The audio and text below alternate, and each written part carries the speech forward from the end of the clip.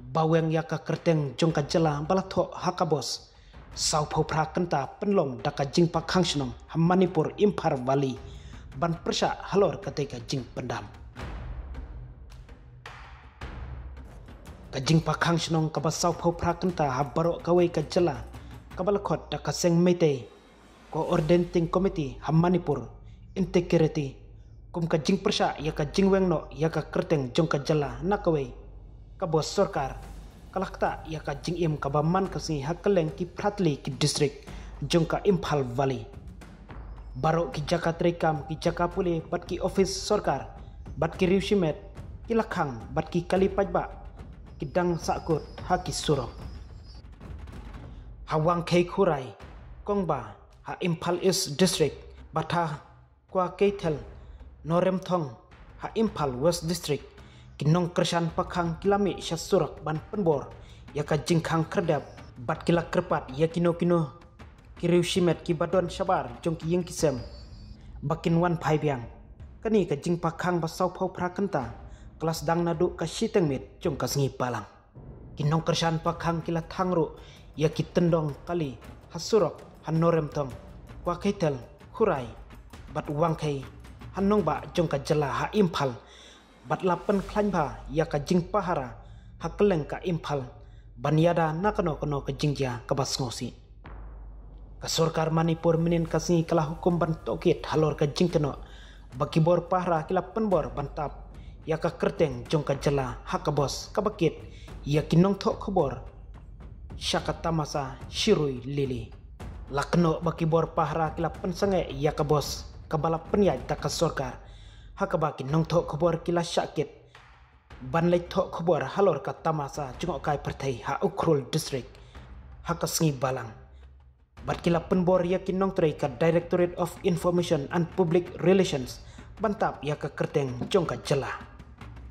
ka sorkar kala thau ya ka komiti ban tokit ka badon arngut kitkot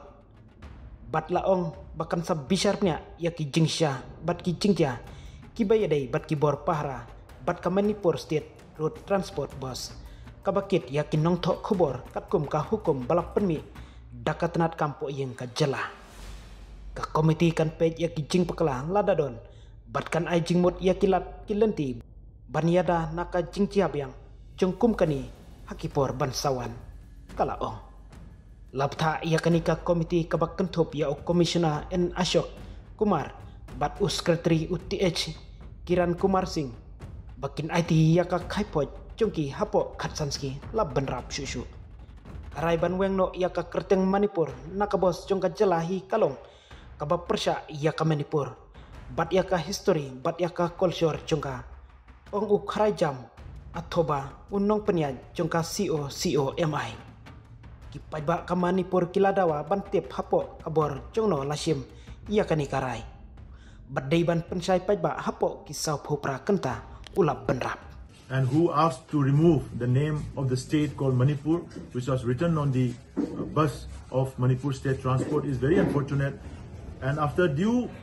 deliberation and discussion with the Executive Committee's meeting held today, the Coordinating Committee on Manipur Integrity, COCOMI, today with the people of Manipur, has earnestly demanded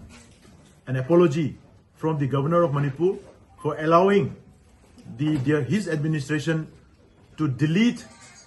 the name of the state from the state bus, and we also seek immediate resignation of the responsible top officials of the state who are under the governor's administration, that is the security advisor, the Director General of Police DGP, and the Chief Secretary of the state, because they are responsible for all this decision that has undermined the identity of the state of Manipur, the name of the state, and its pride and respect that deserves the honor and due respect to the name of the state. Therefore, in condemnation and in protest against such a very irresponsible and anti-state decision taken by the state government, the Coordinating Committee on Manipur Integrity has immediately called upon a 48 hours general strike starting from today's midnight until the next 48 hours. And during these 48 hours, we demand an apology from the Governor of Manipur. We also demand the resignation of the Security Advisor, DGP, and the Chief Secretary of the state for their irresponsible attitude towards the state's identity.